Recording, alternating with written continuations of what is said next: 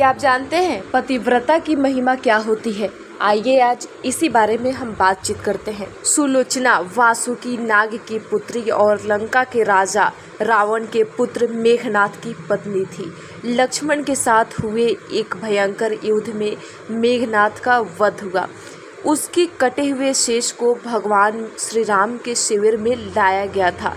अपने पति की मृत्यु का समाचार पाकर सुलोचना ने अपने ससुर रावण से राम के पास जाकर पति का शेष लाने की प्रार्थना की, किंतु रावण इसके लिए तैयार नहीं हुआ।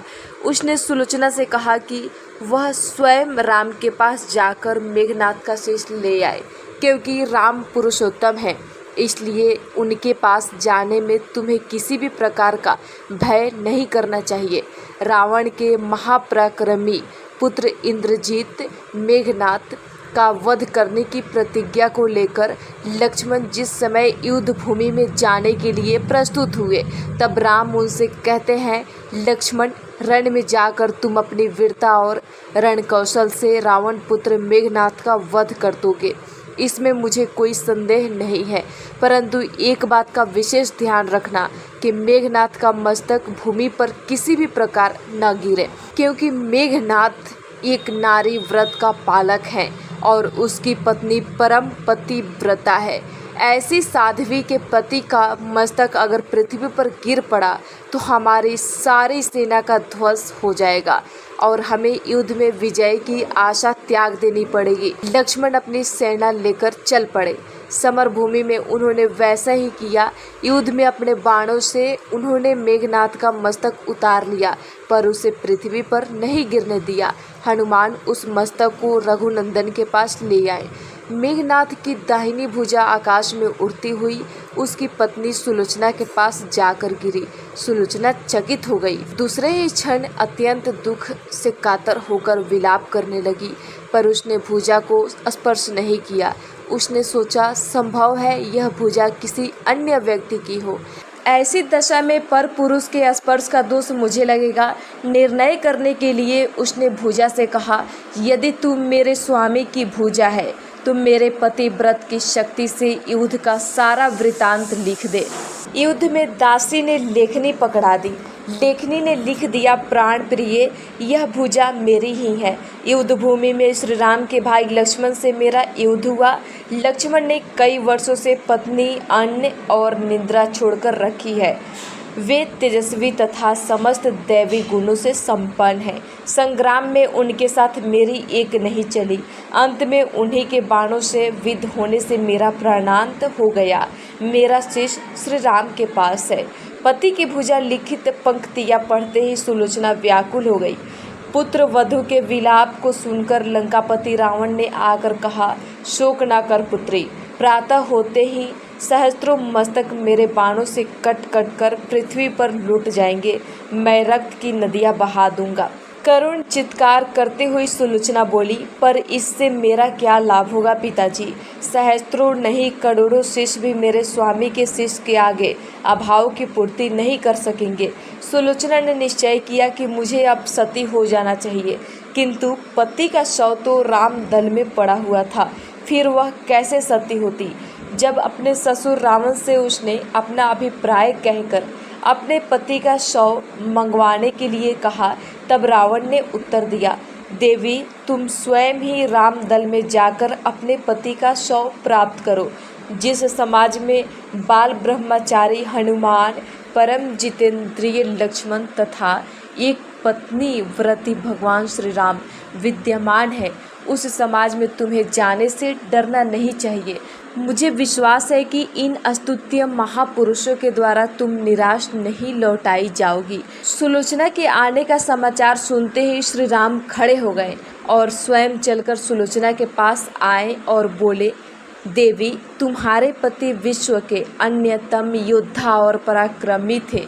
उनमें बहुत से सद्गुण थे, किंतु विधि की लिखी को कौन बदल सकता है? आज तुम्हें इस तरह देखकर मेरे मन में पीड़ा हो रही है। सुलोचना भगवान की स्तुति करने लगी। श्री राम ने उसे बीच में ही टोकते हुए कहा, देवी, मुझे लज्जित न करो। पतिव्रता की महिमा अपार है, उसकी शक्ति का कोई तुलना नहीं है। मैं जानता हूँ कि तुम परम सती हो, तुम्हारे सतीत्व से तो विश्व भी थर्राता है। आपने स्वयं यहाँ आने का कारण बताओ कि मैं तुम्हारी किस प्रकार सहायता कर सकता हूँ। सुलोचना ने अश्रुपूरित नयनों से प्रभु की ओर देखा और बोली, राघवेंद्र, मैं सती होने के लिए, अपने पति का मस्तक लेने के लिए यहाँ पर आई हूँ। श्री राम ने शीघ्र ही ससम्मान मेघनाद के शीश मंगवाया और सुलोचना को दे दिया। पति का छीन शीश देखते ही सुलोचना का हृदय अत्यधिक द्रवित हो गया। उसकी आंखें बड़े जोरों से बरसने लगी। रोते रोते उसने पास खड़े लक्ष्मण की ओर देखा और कहा, सुमित्रा नंदन, तुम भूलकर भी गर्व मत करना कि मेघनाद का वध मैंने किया है। मेघनाद को धराशायी करने की शक्ति विश्व में किसी के पास नहीं थी। यह तो 2 पतिव्रता नारियों का भाग्य था। आपकी पत्नी भी पतिव्रता है और मैं भी पति चरणों में अनुरक्ति रखने वाली उनकी अनन्य उपासिका हूँ। पर मेरे पतिदेव पतिव्रता नारी का अपहरण करने वाले पिता का अन्न खाते थे और उन्हीं के लिए युद्ध में उतरे थे। इसी से मेरे जीवन धन परलोक सिधारे। सभी योद्धा सुलोचना को राम शिविर में देखकर चकित थे। वे यह नहीं समझ पा रहे थे कि सुलोचना को यह कैसे पता चला कि उसके पति का शीश भगवान राम के पास है। जिज्ञासा शांत करने के लिए सुग्रीव ने पूछ ही लिया कि यह बात उन्हें कैसे ज्ञात हुई कि मेघनाद का शीश श्री राम के शिविर में है। सुलोचना ने स्पष्टता से बता दिया, मेरे पति की भुजा युद्ध भूमि से उड़ती हुई मेरे पास चली गई थी। उसी ने लिखकर मुझे बता दिया। व्यंग भरे शब्दों में सुग्रीव बोल उठे, निष्प्राण भुजा यदि लिख सकती है, फिर तो यह कटा हुआ सिर भी हंस सकता है। श्री राम ने कहा, व्यर्थ बातें मत करो मित्र। पतिव्रता के महानतय को तुम नहीं जानते। यदि वह चाहे तो यह कटा हुआ सिर भी हंस सकता है। श्री राम की मुख कृति देखकर सुलोचना उनके भावों को समझ गई। उसने कहा, यदि मैं मन, वचन और कर्म से पति को देवता मानती हूँ तो मेरे पति का यह निर्जीव मस्तक हंस उठे। सुलोचना की बात पूरी भी नहीं हुई थी कि कटा हुआ मस्तक जोरों से हंसने लगा। यह देखकर सभी दंग रह गए। सभी ने पतिव्रता सुलोचना को प्रणाम किया। सभी पतिव्रता की महिमा से परिचित हो गए थे। चलते समय सुलोचना ने श्री राम से प्रार्थना की, भगवान, आज मेरे पति की अन्त्येष्टि क्रिया है और मैं उनकी सहचरी उनसे मिलने जा रही हूँ, अतः आज युद्ध बंद रहे। श्री राम ने सुलोचना की प्रार्थना स्वीकार कर ली। सुलोचना पति का सिर लेकर वापस लंका आ गई। लंका में समुद्र के तट पर एक चंदन की चिता तैयार की गई। पति का शीश गोद में लेकर सुलोचना चिता पर बैठी और धधकती हुई अग्नि में कुछ ही क्षणों में सती हो गई। पतिव्रता सुलोचना की ये कहानी आपको कैसी लगी? कमेंट बॉक्स में अपनी राय जरूर रखिएगा।